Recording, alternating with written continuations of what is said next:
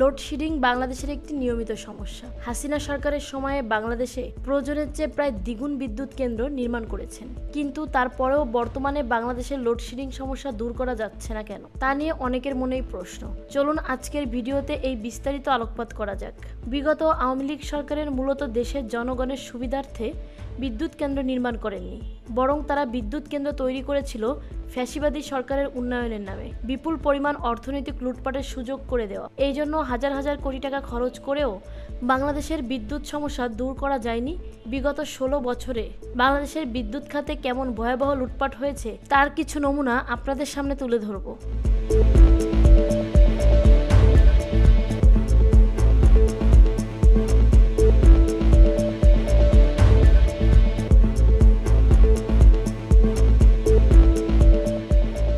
বাংলাদেশকে লোডশেডিং মুক্ত করতে 2007 সালে তত্ত্বাবধায়ক সরকার বেশ কিছু বিদ্যুৎ কেন্দ্র ভাড়া নিতে শুরু করে, যা কুইক রেন্টাল নামে পরিচিত। এরপর আওয়ামী লীগ ক্ষমতায় আসার পর 2010 সালে বিদ্যুৎ ও জ্বালানি দ্রুত সরবরাহ করার জন্য একটি বিশেষ আইন পাশ করে। এই আইনটি হয়ে যায় বিদ্যুৎ খাতে আওয়ামী লীগ সরকারের লুটপাটের প্রধান হাতিয়ার।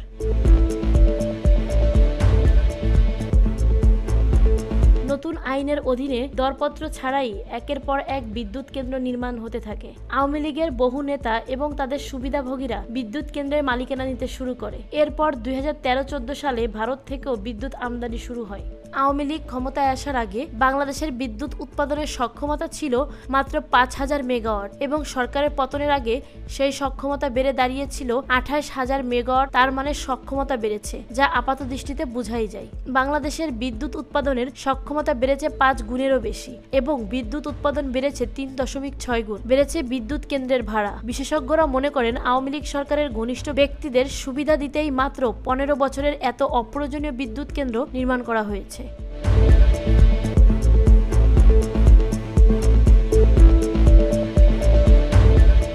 বাংলাদেশের বিদ্যুতের চাহিদা 14 থেকে 15,000 মেগাওয়াটের মধ্যে, কিন্তু চাহিদার তুলনায় দ্বিগুণ উৎপাদন সক্ষম বিদ্যুৎ কেন্দ্র নির্মাণ করা হয়েছে। এর ফলে অর্ধেকের মধ্যে বিদ্যুৎ কেন্দ্র সম্পূর্ণ অলস পড়ে থাকে। কিন্তু ক্যাপাসিটি চার্জের নামে অলস পড়ে থাকা বিদ্যুৎ কেন্দ্রগুলোর ভাড়াও সরকারকে নিয়মিতভাবে পরিশোধ করতে হয়। আওয়ামী লীগের সুবিধাভোগী ব্যবসায়ীদের লুটপাটের সুযোগ করে দেওয়ার জন্যই এ ধরনের ব্যবস্থা তৈরি করা হয়েছিল।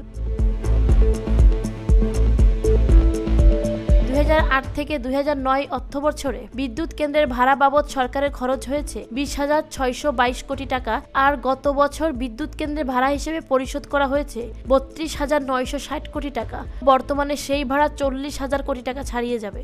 বিদ্যুৎ উৎপাদন না করেও বিনা কারণে অলস পড়ে থাকা বিদ্যুৎ উৎপাদন কেন্দ্রগুলোর ক্যাপাসিটি চার্জ দেওয়ার কারণেই গ্রাহক পর্যায়ে বারবার বিদ্যুতের দাম বাড়ানো হয়েছে। 15 বছর আগে বিদ্যুতের ইউনিট প্রতি উৎপাদন খরচ ছিল 2 টাকা 53 পয়সা, বিক্রয় মূল্য ছিল 11 টাকা 33 পয়সা।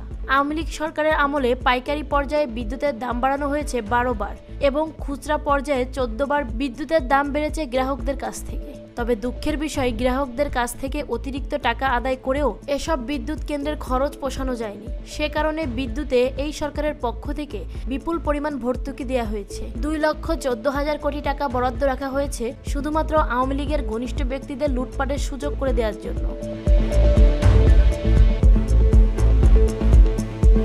শেখ হাসিনা সরকারের আমলে 2014 সাল থেকে টানা 2 বার বিদ্যুৎ, জ্বালানি ও খনিজ সম্পদ মন্ত্রণালয়ের প্রতিমন্ত্রী দায়িত্ব পালন করেছেন নসরুল হামিদ। বাংলাদেশের বিদ্যুৎ খাতে ব্যাপক উন্নয়ন হয়েছে বলে প্রচার করা হলেও খোদ বিদ্যুৎ প্রতিমন্ত্রী ছিলেন এই খাতে লুটপাটের মাফিয়া। তবে এই মাফিয়া সিন্ডিকেটের প্রধান ছিলেন শেখ হাসিনার জ্বালানি বিষয়ক উপদেষ্টা তৌফিক এলাহি।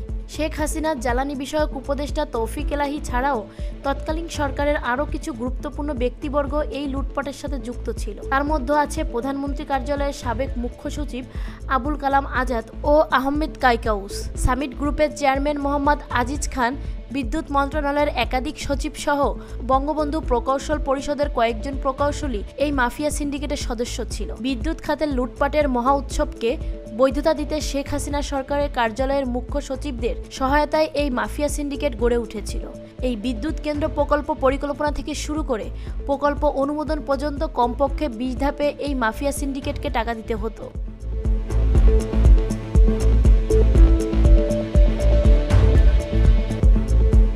বিদ্যুৎ উন্নয়ন বোর্ডের শেখ হাসিনার আমলে প্রায় 1,00,00,000 টাকার বিদ্যুৎ কেন্দ্রের লাইসেন্স দেওয়া হয়েছে। এই সকল বিদ্যুৎ কেন্দ্র কোনো ধরনের দরপত্র ছাড়াই বিদ্যুৎ প্রতিমন্ত্রীর মাফিয়া সিন্ডিকেটের মাধ্যমে অনুমোদন দেওয়া হয়েছে। ক্ষমতার শেষ দিকেও নসরুল হামিদ বিপু 27টি সৌর বিদ্যুৎ কেন্দ্রের ফাইল চূড়ান্ত করেছিল।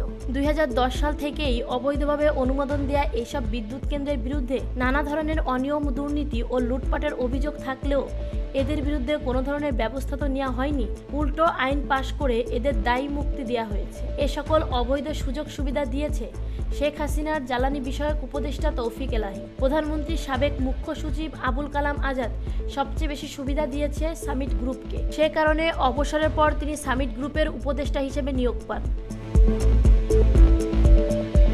বাংলাদেশের সর্বপ্রথম বেসরকারি প্রতিষ্ঠান হিসেবে বিদ্যুৎ উৎপাদন শুরু করেছিল সামিট গ্রুপ। বর্তমানে বাংলাদেশের 5 ভাগের 1 ভাগ বিদ্যুৎ উৎপাদন করা হয় সামিট গ্রুপের মাধ্যমে। একের পর এক অন্যায় চুক্তি বাস্তবায়ন করেছে আওয়ামী লীগ সরকার। শুধু বিদ্যুৎ খাতেই নয়, জ্বালানি, বাণিজ্য, বাংলাদেশের বন্দর ব্যবস্থাপনা, টেলিযোগাযোগ, পর্যটন এবং আবাসন খাত সহ বহু ক্ষেত্রে ব্যবসার সম্প্রসারণ করেছে সামিট গ্রুপ। সামিট গ্রুপের আজিজ খানের আরেক পরিচয় হলো তিনি আওয়ামী লীগের সাবেক মন্ত্রী ফারুক খানের ভাই। অধিকাংশ ব্যবসা বাংলাদেশের পরিচালনা করলেও তিনি সিঙ্গাপুরে স্থায়ী হয়েছেন।